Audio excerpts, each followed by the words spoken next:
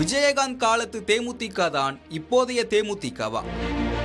தேமுதிக கேட்கும் இரட்டை இலக்க தொகுதிகளை கொடுப்பதற்கு இரு கூட்டணியும் தயாராக இல்லைதான். ஆனால் தேமுதிகவை கூட்டணிக்குள் கொண்டு வர இரு திராவிட கட்சிகளுமே விரும்புகின்றன.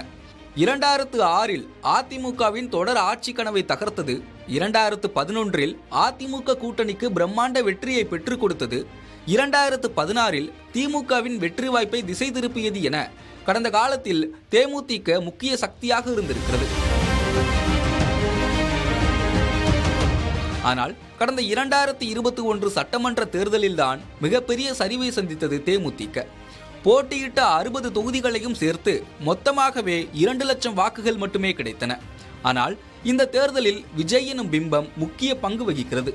ஒரு தொகுதியில் 100 முதல் 500 வாக்குகள் கூட வெற்றி வாய்ப்பை நிர்ணயிக்கும் சூழலில் தமிழ்நாடு முழுவதும் பரவலான வாக்கு வங்கியை வைத்திருக்கும் தேமுதிக இந்த இடத்தில் முக்கியத்துவம் பெறுகிறது. இன்றும் கூட கிராமப்புறங்களில் விஜயகாந்த் முகத்தையோ அல்லது அவரது பெயரையோ பச்சை குத்தி இருக்கும் மனிதர்களை பார்க்க முடியும். அத்தகைய மனிதருக்கு மக்கள் மத்தியில் இருக்கும் செல்வாக்கு, சமீபத்தில் நிகழ்ந்த அவரது மரணம், தேமுதிகவுக்கு சமூக ரீதியில் இருக்கும் பலம் போன்றவை 2026 தேர்தலில் முக்கிய பங்கு வகிக்கும் என்றே அக்கட்சியினர் கருதுகின்றனர். மறுபுறம் தாவேக ஆட்டக்குலைப்பாளராக இருந்து முடிவுகளை மாற்றியமைக்குமா அல்லது தேர்தல் முடிவுகளையே சீர்குலைக்குமா என்ற கேள்வி பொதுவெளியில் அப்படியே இருக்கிறது. அப்படி சீர்குலைப்பாளராக இருந்து தொங்கு சட்டசபை அமையும் பட்சத்தில் கூட்டணியில் அதிக தொகுதிகளை பெற்று வெற்றி பெற்ற கட்சிகள் ஆட்சியிலும் பங்கு கோர முடியும். அந்த இடத்தில் காங்கிரஸ் கட்சியும் தேமுதிகவும் உஷாராக இருக்கின்றன. எனவேதான் காங்கிரஸ் முடிவுக்காக தேமுதிக காத்திருப்பதாகவும் சொல்லப்படுகிறது.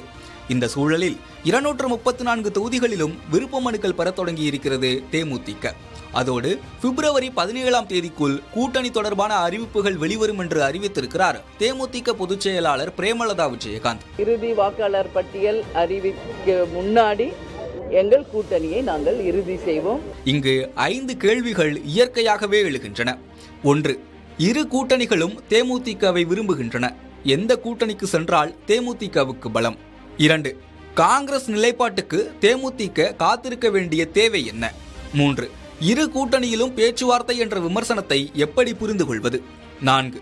விஜய் எனும் ஃபேக்டர் கட்சிகளின் கூட்டணி பேச்சுவார்த்தையில் என்ன தாக்கத்தை ஏற்படுத்தி இருக்கிறது? 5.